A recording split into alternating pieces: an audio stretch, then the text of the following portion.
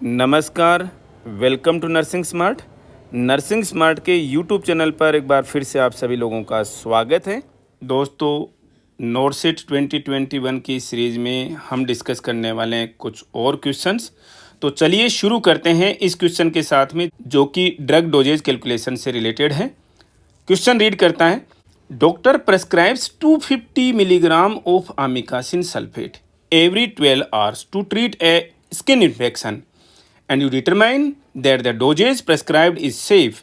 How many milliliters should you prepare to administer one dose? Refer the figure. दोस्तों, सबसे पहले देखिए prescription में क्या है। प्रेस्क्रिप्शन में है इंजेक्शन amikacin। डोजेज क्या है इसकी दोस्तों? 250 मिलीग्राम। कैसे देनी है? 12 आवर्ली, मतलब बीडी है। अब आपसे क्या बोला गया है कि आप कितने ml एडमिनिस्टर करोगे। देखोगे अब आपके पास में है क्या। अब इस क्वेश्चन को सोल्व करने के लिए देखिए, जो इंजेक्शन amikacin की जो वायल है वो आपके पास में क्या है। थोड़ा सा जो पिक है वो ब्लर्ड है, लेकिन चलिए काम चलाते हैं, नज़र तो आ ही रही है।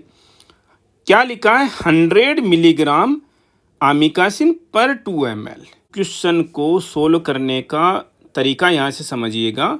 हम जो बता रहे हैं आप इसको हार्डली 10 सेकंड के अंदर सोल्व कर दोगे। वैसे नोरसेट में आपके पास टाइम की कमी नहीं होती, इसलिए जल्दबाजी नहीं करनी है। फिर भी क्वेश्चन मुश्किल से 10 से 20 सेकंड का ही है। आपको लिख क्या रखा है यहाँ पर? 100 मिलीग्राम पर 2 ml। 100 मिलीग्राम कितने ml में है जी? 2 ml में है। ये इज इक्वल टू, देना कितना है आपको? 250 मिलीग्राम। 250 मिलीग्राम कितना ml देना है, यही तो आपको पूछा है, इसलिए हमने लिखना कितना ml। ये जो क्वेश्चन मार्क आपने लगा रखा है ml का, यही तो आपको पता करना है। यहाँ पर दोस्तों दो इंपॉर्टेंट चीज़ें आप दिमाग में रखना। आपने सबसे पहले क्या लिखा? 100 मिलीग्राम। कहाँ से लिया? जो आपके पास में अवेलेबल है 100 मिलीग्राम। यहाँ आपने इक्वेशन में सबसे पहले 100 मिलीग्राम लिखा है, तो राइट हैंड साइड में जो इक्वल टू के राइट हैंड साइड में भी सबसे पहले आप मिलीग्राम वाला ही लिखेंगे, जितना भी आपको चाहिए, जितना आपको देना है, ठीक है। और बाद में आपने ml लिखा है, तो बाद में कितना ml आपको देना है आपने वही लिखना है। आपको यहाँ पर 100 milligram in 2 ml is equal to in how many ml, और उसके बाद में मिलीग्राम नहीं लिखना दोस्तों। पहले मिलीग्राम लिखा है तो आपको यहाँ पर भी पहले मिलीग्राम ही लिखना है। ये क्वेश्चन का सबसे इम्पोर्टेंट स्टेप है। 100 milligram in 2 ml, 250 milligram how many ml। तो हम इसको यहाँ पर ऐसे लिख लेते, 100 milligram in 2 ml is equal to 250 milligram XML, right. अब दोस्तों आपको ये क्रॉस मल्टीप्लाई कैसे, ये इससे मल्टीप्लाई होगा नज़दीक से नज़दीक वाला, दूर से दूर वाला। तो हम जो XML है इसको लेफ्ट हैंड साइड में रखेंगे, क्योंकि हमें यही जानना है। तो XML को 100 से मल्टीप्लाई करेंगे, कितना आया? 100x आया। इसके बाद में इक्वल टू का निशान लगाएंगे, ये इक्वल टू का निशान आपने लगा दिया। इसके बाद में आपने 2 को 250 से मल्टीप्लाई करना है, कितना आएगा? 500 आएगा। ये इक्वेशन दोस्तों आपको मिल चुका है फिलहाल। अब आपको यहाँ पर x की वैल्यू जाननी है। x को लेफ्ट हैंड साइड में रखिए, इज इक्वल टू 500 है उधर, 100 को इस साइड में लेके जाएंगे, यहाँ पर मल्टीप्लाई हो रहा था, यहाँ पर जाके डिवाइड करेगा, तो 100 यहाँ पर नीचे आ गया दोस्तों। x की वैल्यू क्या आ गई? 5। अब ये 5 क्या है दोस्तों? तो x जो है वही 5 है। x क्या था यहाँ पर? ml में था, तो यहाँ पर हमने x 5 को ml में लिख दिया। ये आपका आंसर इसका क्वेश्चन का आ गया है। दोस्तों, जब ये क्वेश्चन आप करने लगोगे तो आपको ये क्वेश्चन इस तरीके से करने की भी ज़रूरत नहीं पड़ेगी, समझ लीजिए आप, बहुत ईजी है। लेकिन ये उन स्टूडेंट्स के लिए बताया गया है जो कि ड्रग डोजेज कैलकुलेशन को पता नहीं पहाड़ समझते हैं। बहुत ईजी है दोस्तों, रिवाइज कर रहा हूँ। आपको इस वायल में देख के क्या रखा है? 100 मिलीग्राम पर 2 ml, 100 मिलीग्राम इन 2 ml, यहीं पर लिखा हमने, देखो यही लिखा है दोस्तों। इक्वल टू का आपको निशान लगाना है। अब देना कितना है? 250 milligram. 250 milligram in how many ml। तो देखो दोस्तों, हमने क्वेश्चन मार्क लगा दिया। ऐसा का ऐसा ही लिखते जाना, आपको कोई छेड़खानी नहीं करनी है दोस्तों अपनी तरफ से कभी भी इक्वेशन में। 100 milligram in 2 ml is equal to 250 milligram in XML कर दिया हमने क्वेश्चन मार्क। तो क्वेश्चन मार्क क्या रखेंगे? इसको x मान लिया हमने। अब मल्टीप्लाई करेंगे दोस्तों, x को किससे साइड में रखेंगे? जिधर आपको मतलब लेफ्ट हैंड साइड में रखेंगे, जो वैल्यू आपको जाननी है। तो 100 को x से मल्टीप्लाई किया, 100x आ गया। 2 को 250 से मल्टीप्लाई किया, 500 आ गया। x की वैल्यू जो दोस्तों 100 इधर जाके डिवाइड करेगा तो 5 ml आ गई। यही आंसर है इस क्वेश्चन का। Next question is, you are performing an assessment on a patient seen in the healthcare clinic. For the first prenatal visit, you ask the patient when the first day of the last menstrual period (LMP) was, and the patient reports February 9, 2015. Using Niggle's rule or formula, what should you determine is the estimated date of birth? दोस्तों पहली बात आपसे पूछा क्या है, expected date of delivery, जिसे हम India में बोलते हैं, यूएस में इसको एक्सपेक्टेड डेट ऑफ बर्थ बोलते हैं, और ये आपसे पूछा गया है। क्वेश्चन में आपको दिया क्या है, आपको एलएमपी बता रखी है दोस्तों, वो कितनी है, 9 फरवरी 2015। आपको पता होना चाहिए कि एक्सपेक्टेड डेट ऑफ डिलीवरी या एक्सपेक्टेड डेट ऑफ बर्थ निकालने के लिए, जानने के लिए, डिटरमाइन करने के लिए क्या रूल लगाते हैं, क्या फार्मूला लगाते हैं, उस फार्मूले को बोलते हैं निगल्स रूल। और ये निगल्स रूल जो है वो क्या चीज़ है, हम इसका फार्मूला एक बार बताते हैं और फिर इसको निकालने का तरीका बताते हैं। निगल्स फार्मूला क्या होता है दोस्तों, एलएमपी से देखा जाता है। और दोस्तों एलएमपी किसको बोलते हैं, एलएमपी साइकिल के डे 1 से कैलकुलेट की जाती है, डे 1 को बोलते हैं एलएमपी, ना कि लास्ट डे को। ये भी आप दिमाग में रख लेना। लास्ट मेंस्ट्रुअल पीरियड जो है, चाहे 3 दिन का रहा, 4 दिन का रहा, 5 दिन का रहा, उसके लास्ट डे यानी एंड डे को नहीं बोलते, जबकि उसके डे 1 को बोलते हैं, स्टार्ट डे को बोलते हैं एलएमपी। क्लियर।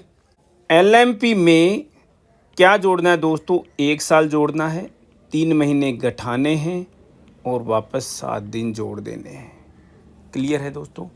अब लेकिन ये फार्मूला तो अजीबोगरीब का सा हो गया दोस्तों, एलएमपी में 1 साल जोड़ा, 3 महीने माइनस की और 7 दिन जोड़ दिए। ये तो एग्ज़ाम में डायरेक्ट अगर आपको कोई फार्मूला पूछ ले तो। एम्स सरी के एग्ज़ाम्स में आपसे एक्सपेक्टेड डेट ऑफ डिलीवरी या एक्सपेक्टेड डेट ऑफ बर्थ पूछी जाती हैं, कैसे डिटरमाइन करोगे। इस फार्मूले को हम 2 तरीके से पुट कर सकते हैं, लेकिन जो सबसे ईजियर तरीका है, दूसरा भी ईजी है, ईजियर तरीका जो मैं समझता हूँ वो हम फॉलो करेंगे। क्या करना है दोस्तों, सबसे पहले जो एलएमपी है यहाँ पर लिख लीजिए। आपने एलएमपी लिखी 9 फरवरी 2015। इसके अंदर क्या करना है दोस्तों, आपको 3 महीने माइनस कर देने हैं। माइनस वाला काम सबसे पहले कर लो। 9 फरवरी में से 3 महीने माइनस करोगे तो कैसे आएंगे, देखो आपको बता देता हूँ, आपको कहीं कोई मैथमेटिक्स नहीं लगानी ज़्यादा एक्स्ट्रा। डेट तो वही 9 की 9 ही लिखनी है हमें।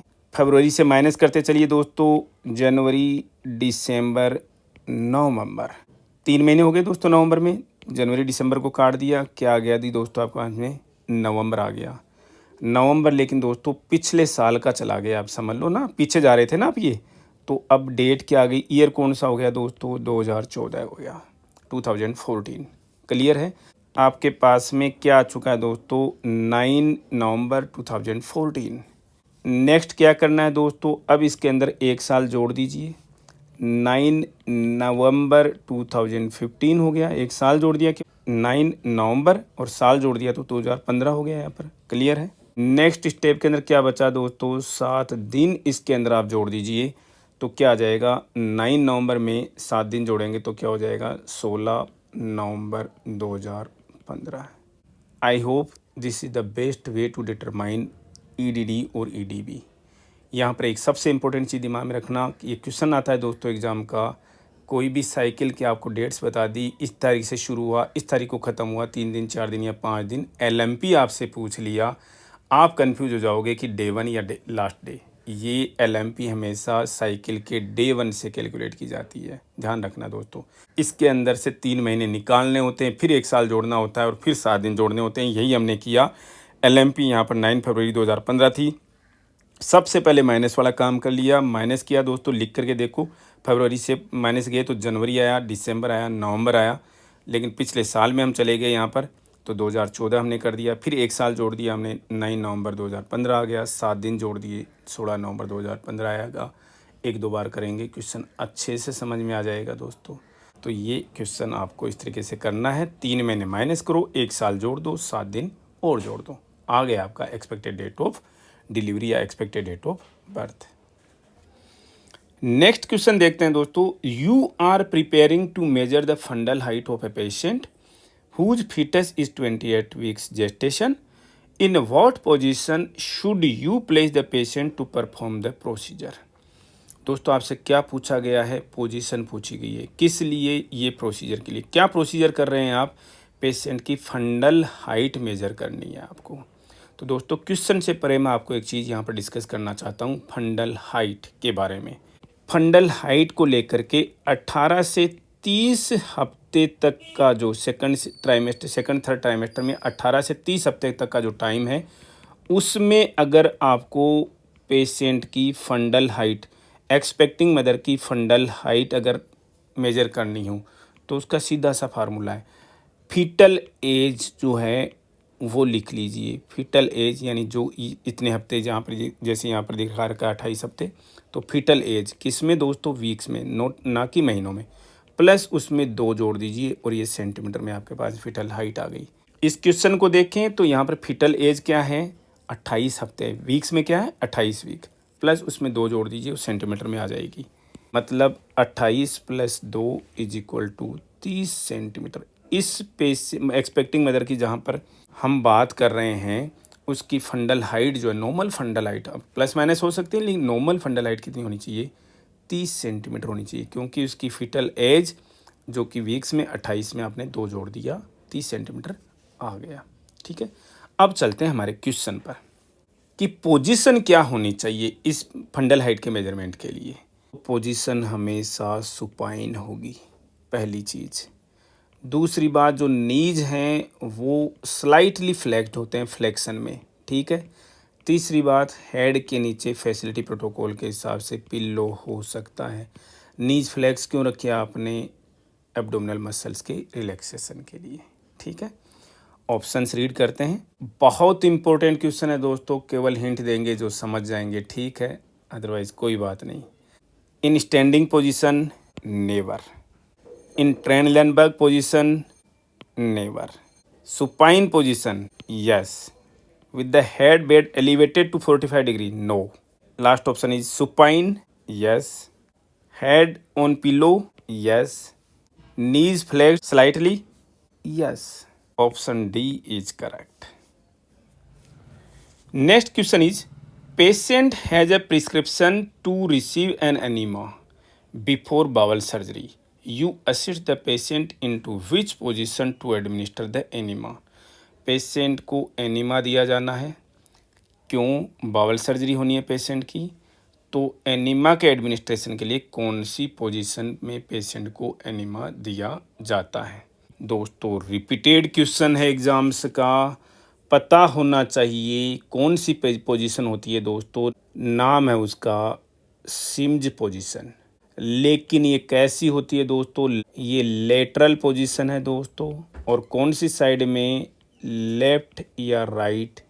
ये लेफ्ट पोजीशन है दोस्तों, left lateral Sims position, left lateral Sims position. हम आपको बता भी देते हैं लेफ्ट लेटरल सिम्ज पोजीशन कौन सी है दोस्तों। ये कौन सी पोजीशन है दोस्तों? पेशेंट पेट के बल लेटा हुआ है। पेट के बल लेटी हुई पोजीशन को हम क्या कहते हैं? प्रोन पोजीशन बोलते हैं।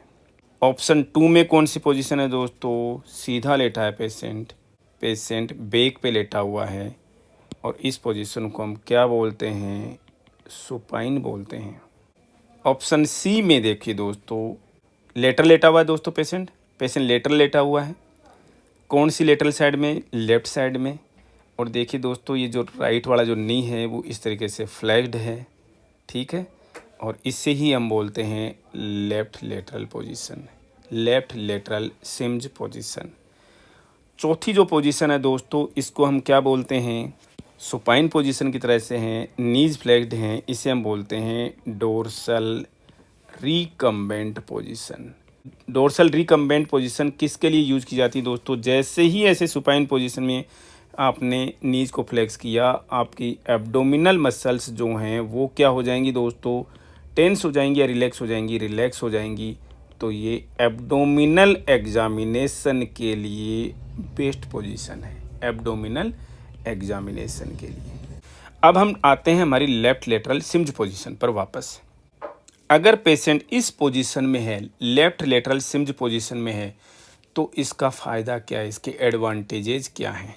सबसे पहला एडवांटेज, ये रेक्टल एरिया को एक्सपोज करती है। रेक्टल एरिया का जो एक्सपोजर है वो इस पोजीशन में सबसे ज़्यादा है, मोस्ट एक्सपोजर है। पॉइंट दिमाग में रखिएगा कि रेक्टल एरिया जो है वो इस लेफ्ट लेटरल सिम्स पोजीशन, जो ये पोजीशन है लेफ्ट लेटरल सिम्स पोजीशन, इसी में सबसे ज़्यादा एक्सपोज हो रहा है। क्लियर है। दूसरी चीज़, और भी कोई बेनिफिट है क्या जी? जो सबसे इम्पोर्टेंट बेनिफिट है वो क्या है, आपको काम क्या करना है जी? एनीमा एडमिनिस्टर करना है पेशेंट को। और एनीमा के लिए, एनीमा का जो सॉल्यूशन का जो फ्लो है वो इस पोजीशन में ग्रेविटी के साथ में जाएगा। क्यों? क्योंकि कोलन की जो डायरेक्शन है, नेचुरल डायरेक्शन है, वो इसी तरीके से है। अगर इस पोजीशन में पेशेंट को रखा गया तो कोलन जो है, अब पेशेंट की जो कोलन जिस पोजीशन में आ गई है तो उसमें ग्रेविटी से एनीमा का सॉल्यूशन जो है नॉर्मली आराम से चला जाएगा ग्रेविटी के साथ में। समझिएगा, एनीमा देने के लिए best position left lateral Sims position.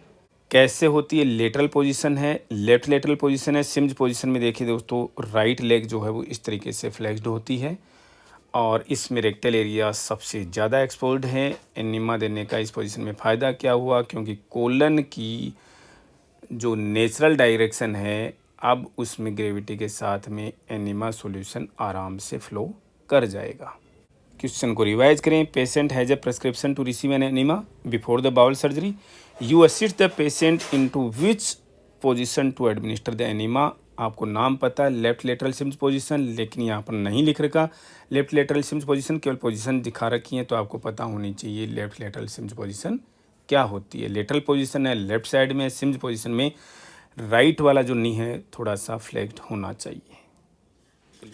Next question है, you are caring for a patient who is receiving cyclosporine, Sandimmune brand name है, which indicates to you that the patient is experiencing an adverse effect of the medication।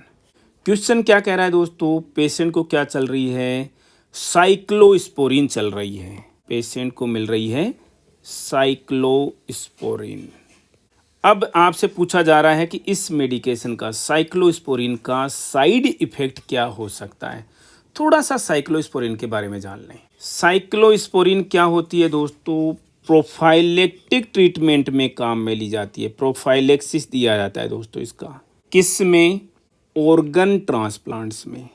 Organ transplant जब patient का होता है तो उसमें cyclosporin जो है वो एक प्रोफाइलेक्सिस के रूप में दी जाती है। रीजन, ऑर्गन ट्रांसप्लांट हुआ है तो किसी दूसरे की बॉडी का टिश्यू पेशेंट की बॉडी के अंदर आया है, तो उसके रिजेक्शन के चांसेज ज़्यादा हो जाते हैं। क्यों भाई, क्यों हो जाते हैं उसके रिजेक्शन के चांसेस? क्योंकि उस पेशेंट की जो बॉडी का इम्यून सिस्टम, उस पेशेंट का इम्यून सिस्टम जो है दूसरे के शरीर से आए हुए टिश्यू को एंटीजन की तरह से लेता है, तो उसके अगेंस्ट में एंटीबॉडीज बनाता है, अपनी इम्यूनिटी को काम में लेता है और उसको रिजेक्ट कर सकता है। तो उसको रिजेक्ट ना करे इसके लिए प्रोफाइलेक्सिस देते हैं साइक्लोस्पोरिन का। इसलिए और ये काम कैसे हो सकता है? अपनी भावनाओं को दबा करके, अपने इमोशंस को दबा करके, मतलब अपनी खुद की इम्यूनिटी को सप्रेस करके।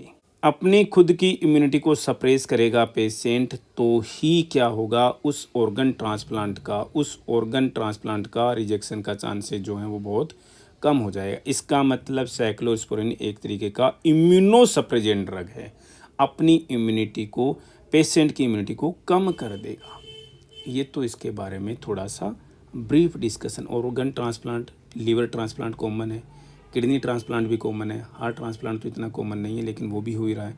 इन केसेज में हम साइक्लोस्पोरिन पेशेंट को देते हैं जो कि एक तरीके का इम्यूनोसप्रेजेंट प्रोफाइलेक्सिस है, ठीक है, ताकि ऑर्गन ट्रांसप्लांट का रिजेक्शन ना हो पाए। अब दोस्तों आपने अपनी इम्यूनिटी सप्रेस करी है तो उसके साइड इफ़ेक्ट्स भी बड़े ही होंगे। कैसे कैसे साइड इफ़ेक्ट्स होते हैं वो नोट करना ज़रूरी है और ये एग्ज़ाम का बहुत ज़्यादा इंपॉर्टेंट क्वेश्चन है दोस्तों। रिसेंट में 2 साल में जिन्होंने एग्ज़ाम दिया, अगर किसी ने एग्ज़ाम में अपेयर हुआ है तो उनको पता होगा कि ये क्वेश्चन पिछले 2 साल के डिफरेंट एग्ज़ाम्स में 3 जगह एज इट इज़ रिपीट हो चुका है ये क्वेश्चन। साइक्लोस्पोरिन के एडवर्स इफेक्ट्स क्या क्या हैं? सबसे इम्पोर्टेंट साइड इफ़ेक्ट तो दोस्तों हालांकि इस क्वेश्चन में नहीं पूछा गया, लेकिन सबसे इम्पोर्टेंट साइड इफ़ेक्ट क्या है, जब पेशेंट की इम्यूनिटी सप्रेस कर रहा है, ये साइक्लोस्पोरिन जिसको दिया जा रहा है उसकी इम्यूनिटी सप्रेस हो रही है।